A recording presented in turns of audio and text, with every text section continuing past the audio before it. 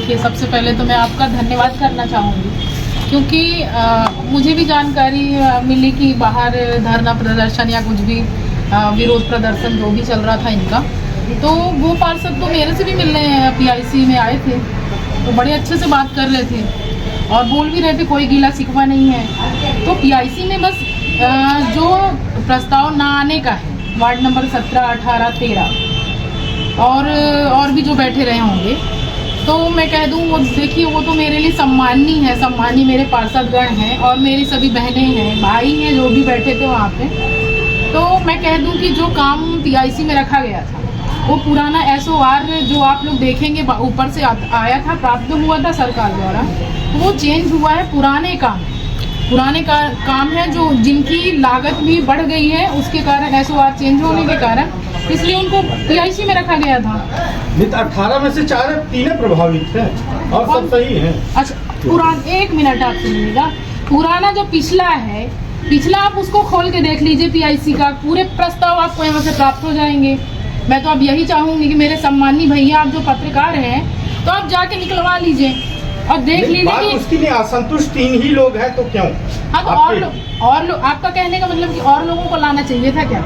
ऐसा है भाई, एक बात और आती है, उनका आरोप है कि हम चरण बंदन करने घर नहीं लाते, उनकी तारीफदारी नहीं करते, इसलिए हमको काम नहीं मिलता। ये सरेआम आरोप। अब मैं आपको एक बात बता दूं, मेरे यहाँ पे सम्मानी वार्ड नंबर 10 के सम्मानी ओमकार भैया हैं और 14 नंबर के हमारे जो हैं चौकसा भी हैं, जो हमारे PIC के मेंबर भी हैं, समिति के अध्यक्ष हैं, है ना। तो मैं आप लोग को बता दूं कि कुछ काम है जो इनके भी तो PIC में नहीं रखे जाते, पिछले PIC में, फिर ये क्यों नहीं धरना में बैठते? ये भी हमारे घर तो नहीं आते हैं हमको आओ भगत करने, ना ही कुछ करने, तो भी हम इनका काम क्यों करते हैं? आप ये बताइए। ऐसा नहीं है। देखिए, जो इंसान प्रोफेशनल में व्यक्तिगत को लाकर कुछ आपके काम है नहीं रखे जा रहे हैं, आप बैठिए, आके बात करिए, क्योंकि आप हमारे साथ के, हमारी पार्टी के, हम भी आपकी पार्टी के हैं। आपके पार्षद जो कुमुदनी सिंह है, उनका सीधा आरोप है कि शासन द्वारा आपको गाड़ी तेल मिलता है वार्डों का भ्रमण के लिए, लेकिन आप कभी जाती नहीं है। इस क्या सत्यता लगता है आपको? कुमुदनी सिंह का फोन कितने बार आया है कि आइए आप मेरे वार्ड में देखिए?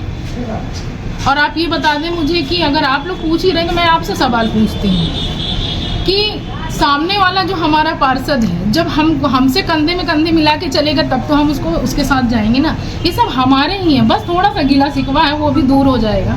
और वार्ड में बुलाएंगे मुझे सम्मान के साथ, कोई अपमान नहीं चाहता भैया, सब चाहते हैं सम्मान पूर्वक, बिना मुझे कुछ भी बोल रहे हो, मिठाई दिए बिना आओ भगत करे बुलाओगे तो भी मैं जाऊंगी। ये मेरा बड़प्पन है या मैं कुर्सी में बैठी हूँ, या मेरी जिम्मेदारी समझ लीजिए।